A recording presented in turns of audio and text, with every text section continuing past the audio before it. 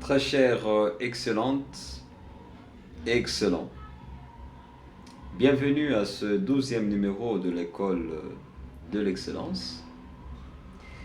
Ce soir, je vais vous parler d'une petite chose, mais qui est importante, que nous appelons la vision. Parce que je constate qu'il y a beaucoup de leaders qui échouent dans leur leadership par manque de la vision. Car il faudra savoir que il n'y a personne dans la vie qui planifie l'échec. Tous nous nous battons pour réussir. Tous nous nous battons pour le succès. Mais retenez que nous planifions mal notre marche vers ce succès. Raison pour laquelle nous échouons. Raison pour laquelle nos organisations échouent. Raison pour laquelle nos structures n'avancent pas. Quel que soit le niveau de votre intelligence, quel que soit le niveau de vos études, quel que soit le niveau de vos connaissances, si vous ne parvenez pas dans la vie à comprendre votre vision,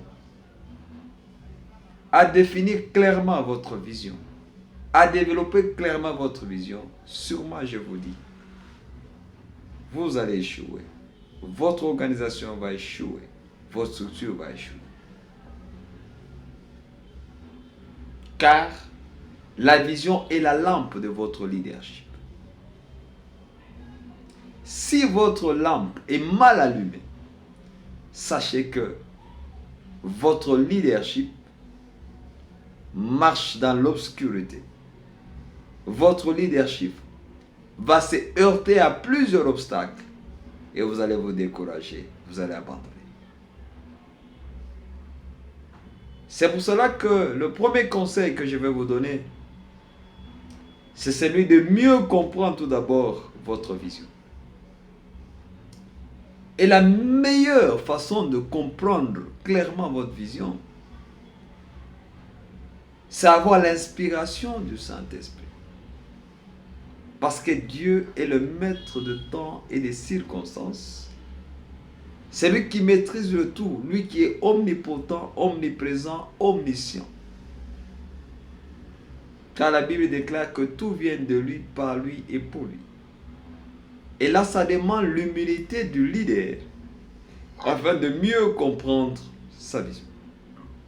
Une fois que vous comprenez mieux votre vision, ça va permettre à ce que vous puissiez, que votre leadership puisse marcher dans la lumière et moins vous aurez à vous heurter à des obstacles et plus vous allez matérialiser cette vision. Pourquoi on doit comprendre cette vision? Parce que le leader, pour accomplir la vision, il n'y va pas seul. Il doit avoir une équipe.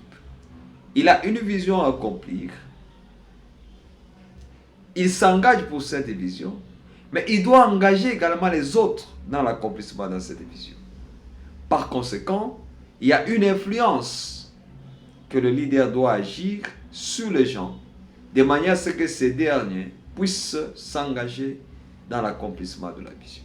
Or, il y a un adage qui dit « Qui se conçoit bien s'annonce clairement, et le mot pour le dire vient aisément. » Donc si un leader ne maîtrise pas d'abord lui-même sa vision, il aura difficile à influencer les gens avec qui il doit travailler, il aura difficile à communiquer sur sa vision, il aura difficile à redresser les choses dans la matérialisation de sa vision, et par conséquent, le leader ne sera que plaintif.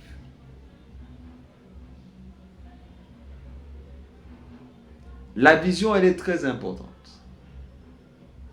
Deuxièmement, deuxième conseil que je voulais vous dire est que, une fois quand vous avez une vision, vous l'avez bien comprise, vous devez maintenant développer la vision en stratégie.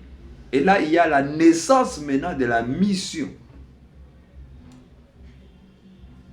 Et la définition bonne de votre mission, qui est et qui restera votre raison de vie en tant que leader, c'est ce qui va vous prendre en otage, qui fera ce que vous puissiez sacrifier de votre temps, sacrifier de vos talents, sacrifier de votre trésor, afin de matérialiser la vision. C'est si et seulement si vous avez bien défini votre mission. Comme Paul est en train de le dire, je me bats pas combattant l'air, mais je me bats en restant fixé sur l'objectif. Celui qui comprend bien sa vision, il se bat avec précision. Il ne gaspille pas de l'air. Sachez que dans la vie, même en courant sur place, la sueur sera dégagée sur vos visages.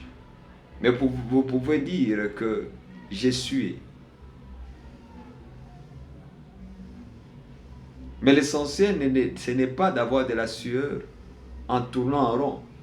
Mais l'essentiel dans la vie, c'est avoir la sueur en avançant. Or, pour avancer, il faudra être dans la lumière. Or, la lumière, nous l'obtenons de la vision. Parce que la vision est la lampe de votre leadership.